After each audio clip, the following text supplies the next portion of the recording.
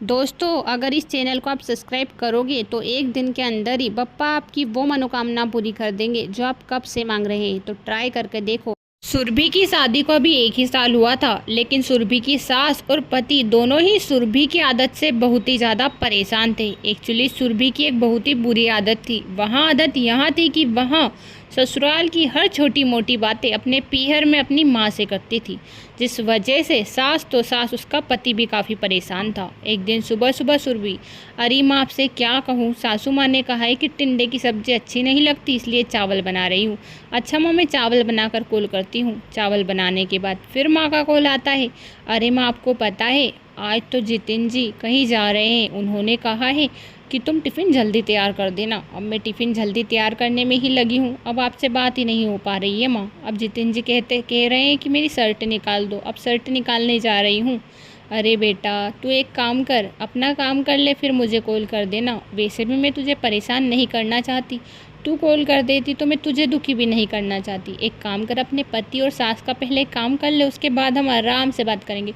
अरे नहीं नहीं माँ, आपको तो पता ही है मेरी आदत है बचपन से ही कि आपसे हर छोटी मोटी बातें बताती रहती हूँ। मुझे अच्छा लगता है आप ना हमेशा कॉल पे रहा करो। मुझे ऐसा लगता है जैसे आप यहीं पर हो। आपको पता है थोड़ी ही देर में जितिन जी ऑफिस के लिए निकलने वाले हैं। यहाँ सारी बातें उसकी सास सुन रही थी। हे भगवान, मुझे कैसी बहू मिली है, मुझे तो समझ ही नहीं आ रहा। बहू है या इस घर का रिकॉर्डर, हर छोटी छोटी बातें अपनी माँ से कौन बताता है। और मुझे तो ये समझ नहीं आता इसकी माँ भी इतनी देर तक बात कैसे कर लेती है। अगर मेरी बेटी इस तरह से बात करे ना तो मैं तो उसे ब्लॉक ही कर दूँ। सुबह सुबह जितिन ऑफिस जा रहा था। अरे जल्दी से सुरभि मेरा टिफ़िन लगा दो, तुमसे कितनी बार कहा है, एक तो तुम मुझे हमेशा लेट कर देती हो, क्या कर रही हो अभी। अरे माँ रुको, जितिन जी मुझे बुला रहे हैं, एक काम करो मैं आपको थोड़ी देर में कॉल करती हूँ।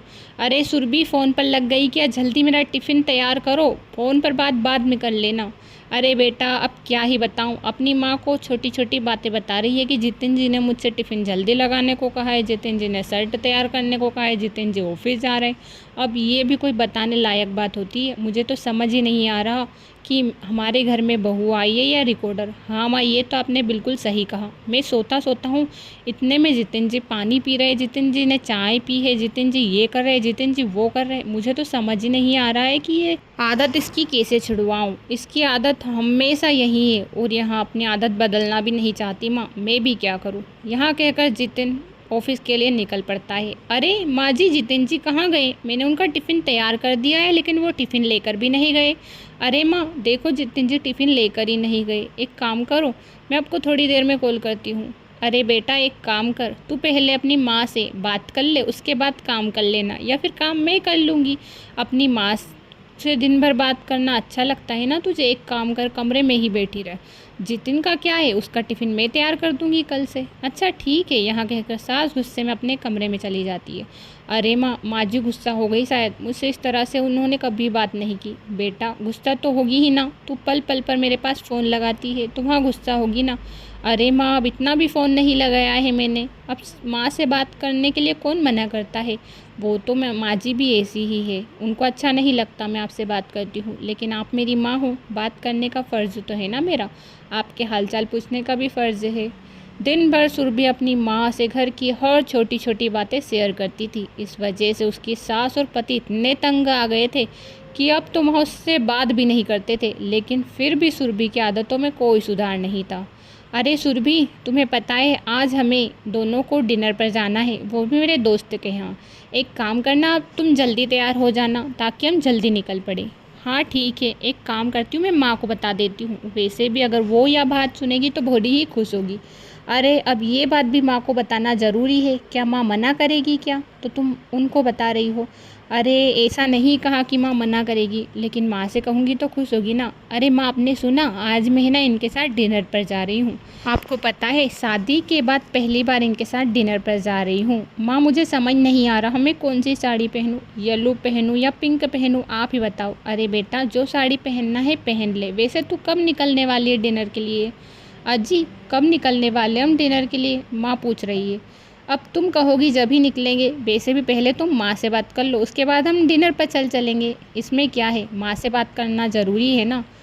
आप भी ना माँ के सामने इस तरह से बात करते हो? माँ का अच्छा लगता है कि इस तरह से बात करना? वो तो मैंने फ़ोन काट दिया, वरना माँ को गुस्सा आ जाता तो वो मुझसे बात भी नहीं करती। वैसे भी वो तो मुझसे मना ही करती है, लेकिन मैं ही उनसे बात करती रहती हूँ। अब मुझे समझ ही नहीं आ रहा कि माँ और आपको इतना बुरा क्यों लगता है?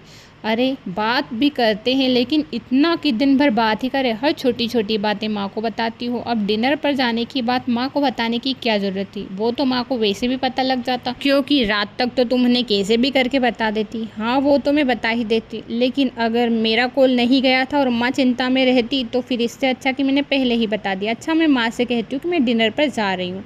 अच्छा माँ हम डिनर के लिए निकल रहे हैं, बस मैं तैयार हो जाती हूँ, फिर डिनर के लिए निकलेंगे। यहाँ कहकर सुरभि अपने कमरे में तैयार होने के लिए चली जाती है। सास आती है। हे भगवान, ये कैसी बहू है? मेरा बेटा कब का कह रहा है चले चले, लेकिन उसे बात करने में ही फुर्सत नहीं है। अरे बेटा जितिन जल्दी कर ले, डिनर का टाइम हो गया है। तूने कहा था ना 6 बजे निकलना है। 6 तो बजने ही वाली है, सिर्फ 15 मिनट ही बचे हैं। हाँ माँ निकलूँ तो सही, लेकिन सुरभि है ना, दिन भर फ़ोन पर बातें करना इसका बंद नहीं होता। मैं ऑफिस जाता हूँ तब करती है, लेकिन आऊँ तब भी इसका फ़ोन कान पर ही लगा मिलता है। इसका फ़ोन कैसे छुड़ाऊँ, मुझे यहाँ भी समझ नहीं आ रहा अब तो। बेटा मुझे लगता है इसका फ़ोन हमें कैसे भी छुड़वाना ही होगा।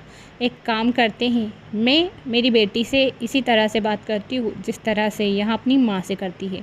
अगर ऐसा करूँगी तो इसको भी बुरा लगेगा। मैं छोटी छोटी बातें बताऊँगी तो यहाँ भी इरिटेट होगी। हाँ माँ आइडिया तो आपका बिल्कुल अच्छा है, आप ऐसा ही करो जिस तरह सुरभि आपके साथ करती है। अपनी बेटी मेघा से कहती है, बेटी मेघा मैं तुझे दिन भर फ़ोन लगाऊंगी और दिन भर छोटी छोटी बातें करूंगी। तुझे बुरा नहीं लगना चाहिए। 2 दिन तक ऐसा कर ले, फिर मैं तुझसे कभी ऐसा करने को नहीं कहूँगी। उसकी बेटी मेघा भी समझ जाती है। इधर से उसकी सास फ़ोन लगाती है और कहती है, अरे बेटा मेघा तुझे पता है तेरी भाभी चाय बना रही है। वो क्या है ना, मुझे दूध पसंद नहीं है तो मैं चाय पी रही हूँ। थोड़ी देर बाद, अरे बेटा तुझे पता है तेरी भाभी कपड़े धोने के लिए गई है। तेरी भाभी ना काम बहुत धीरे करती है, मुझे तो समझ नहीं आता कैसी बहू आई है। अरे बेटा मेघा अब क्या ही कहूँ, थोड़ी ही देर में जितिन निकलने वाला है ऑफिस के लिए, बस निकल ही जाएगा थोड़ी देर में। तुझे पता है तो मेरे पैर भी काफ़ी ज़्यादा दर्द कर रहे हैं। कचरा तो घर में इतना हो रखा है कि क्या ही बताऊँ, सारे घर में कचरा ही कचरा है इधर उधर। किचन की भी कुछ ज़्यादा अच्छे से साफ़ सफाई भी नहीं होती।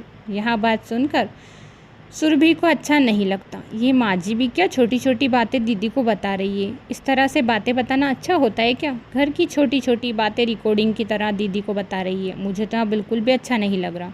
दूसरे दिन जब यह हरकत फिर से सुरभि की सास करती है तो सुरभि को गुस्सा आता है। गुस्से से लाल सुरभि अपनी सास के पास जाती है।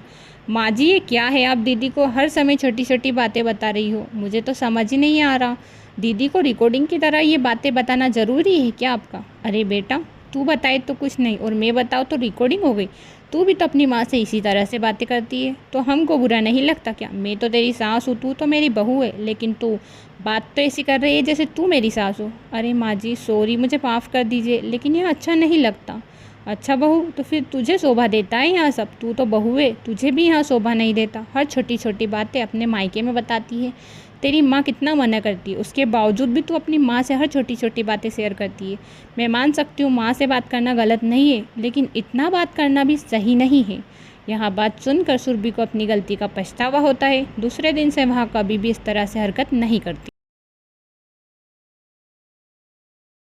वंदना और प्रिया दोनों ही अपनी सास से काफ़ी ज़्यादा परेशान थे, क्योंकि सास लता दिन भर उनसे काम करवाती रहती थी, उनके 2 मिनट का आराम तक नहीं करने देती थी। एक दिन की बात है जब सुबह सुबह लता चिल्लाती है, अरे वंदना और प्रिया बहू दोनों कहाँ गई, जल्दी बाहर आओ तो। अरे माँ जी क्या हो गया? वो प्रिया दीदी सो रही है। अरे अभी तक सो रही है? तुम दोनों को कुछ शर्म में है या नहीं? कितने बजे हुए तुम्हें पता है? 5 बज चुके हैं, और उठा जल्दी उस प्रिया बहू को। अब क्या था, वंदना प्रिया को उठाने जाती है और दोनों काम में लग जाती है। दिन से रात हो जाता था, लेकिन लता कभी भी अपनी बहू को आराम नहीं करने देती थी। जब भी वह आराम करने के लिए जाती ही थी कि इतने में लता चिल्ला देती थी। एक दिन वंदना बहू अपने कमरे में जा ही रही थी। अरे बहू कहाँ जा रही है? वो कुछ नहीं माँ जी, अपने कमरे की सफाई कर रही थी। अरे अपने कमरे की सफाई बाद में करियो, देख मौसम कैसा हो रहा है, जा छत पर जा, वो गेहूँ जो पड़े उन्हें समेट ले। लेकिन माँ जी अभी थोड़ी देर पहले तो गेहूँ डाल कर आई हूँ, अब समेट उसका क्या फ़ायदा। अरे तो पानी का मौसम हो रहा है, पानी गिर जाएगा तो फिर क्या करेंगे माँ जी, लेकिन अभी तो धूप निकल रही है। अरे तो देख लेना बादल हो रहे हैं, धूप निकल रही है तो पानी गिरने में टाइम लगता है क्या। अब क्या था, वंदना बहस करती, उससे अच्छा कि वहाँ गेहूँ समेटने के लिए ही चली जाती है। उधर प्रिया को फुर्सत में देखकर सास, अरे बहू घर की सफाई कर दे, देख ले कितना गंदा हो रहा है, एक बार झाड़ू मार दे तो अच्छा रहेगा। लेकिन माँ जी अभी 1 घंटे पहले ही वंदना ने झाड़ू मारा है, अब वापस से झाड़ू लगाऊंगी तो उसका क्या फ़ायदा, वैसे भी कोई ज़्यादा गंदगी भी नहीं है माँ जी। अरे तुझे दिखाई नहीं दे रहा है क्या, हर जगह गंदगी गंदगी है, पता नहीं तुम आजकल की औरतें काम करने से इतनी डरती क्यों। हमारे ज़माने में तो हम दिन भर साफ़ सफाई में लगे रहते थे, कच्चे मकानों की साफ़ सफाई करते थे हम, तुम्हें पता है आजकल के इतने पक्के मकान भी नहीं चमकते जितने हमारे ज़माने के कच्चे मकान चमकते थे। अरे माँ जी वो ज़माना कुछ और था, आज देख लीजिए एक बार झाड़ू लगाने से देखो गंदगी दिख रही है क्या आपको। अरे मुझसे बहस मत कर, मैंने कहा ना सफाई कर, अब क्या था। प्रिया बहस करती, उससे अच्छा वहाँ खुद ही झाड़ू लगा देती है। ऐसे ही कुछ समय बीतता है कि एक दिन प्रिया अपने पति से कहती है, मैं तो माँ जी की वजह से परेशान हो चुकी हूँ, जब देखो हमें फुर्सत में रहने ही नहीं देती, इधर ये काम करो उधर वो काम करो, थोड़ी देर में झाड़ू लगाओ तो 1 घंटे बाद ही झाड़ू याद आता है, अब क्या दिन भर हम काम में ही लगे रहे।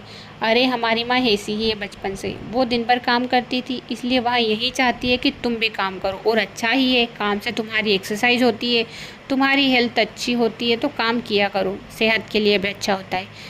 अरे हाँ सेहत के लिए काम अच्छा होता है, लेकिन इतना काम भी सेहत के लिए अच्छा नहीं होता, तुम्हें पता है ना।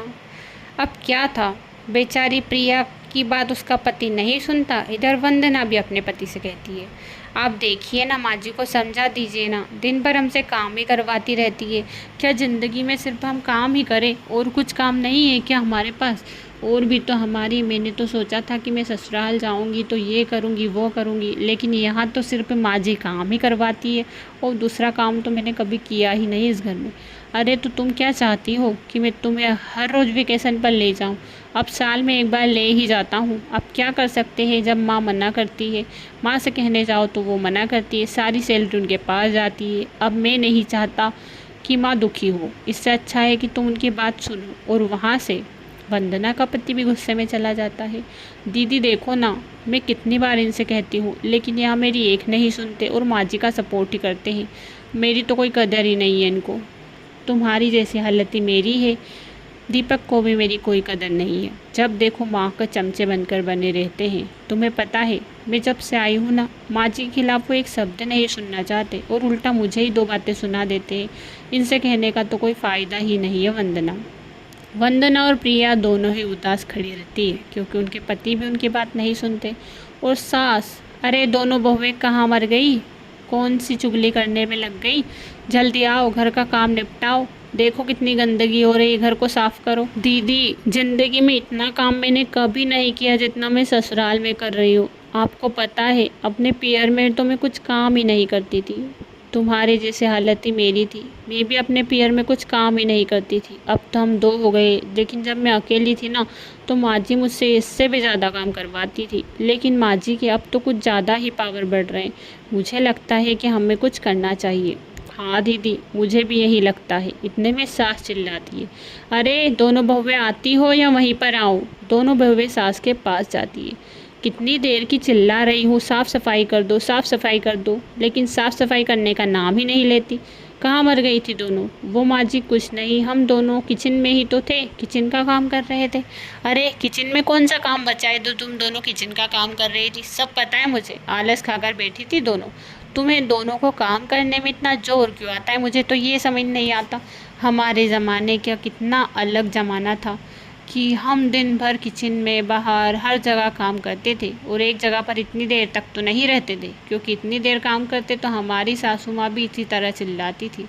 अब बेचारी दोनों बहुएं उसके पहले के किस्से सुन रही थी। हे भगवान, ये माँ जी कब तक अपना किस्सा सुनाएगी, लेकिन मेरे पास तो कोई आइडिया भी नहीं आ रहा कि मैं जो दीदी को बता सकूं। शाम के समय दोनों आपस में बातें कर रही थी। दीदी आपको कोई आइडिया याद आया क्या कि सासू माँ को हम सबक सिखा सके। नहीं नहीं, मुझे तो कोई आइडिया नहीं आया अभी तक। वैसे मेरे पास एक आइडिया आया है ज़बरदस्त। वंदना अपना आइडिया अपनी जेठानी को बताती है। अब दूसरी सुबह क्या था, जो उनकी सास थी, उनकी ननद उनके घर आ जाती है। अरे दीदी, आप अचानक से कैसे आ गई? किसने फ़ोन लगाया था क्या आपके पास? अरे नहीं भाभी, आपका चेहरा मुझे देखकर तो उतर ही गया। किसी ने फ़ोन नहीं लगाया था। वैसे जाओ, मेरे लिए एक कप चाय बना कर ले आओ। जाओ वंदना बहू, अपनी बुआ सासू के लिए चाय बना कर लेकर आओ। लेकिन भाभी, मुझे तो आपके हाथ की चाय पीनी है। आपको पता है पहले मैं यहाँ रहती तो आप मेरे लिए कितनी प्यारी और अच्छी अच्छी चाय बनाती थी। इसलिए आप जाओ और चाय बना कर लेकर आओ। लेकिन दीदी, अरे भाभी, क्या जल्दी चाय बना कर लेकर आओ। अब क्या था, सासू माँ खुद ही चाय बना कर लेकर आती है।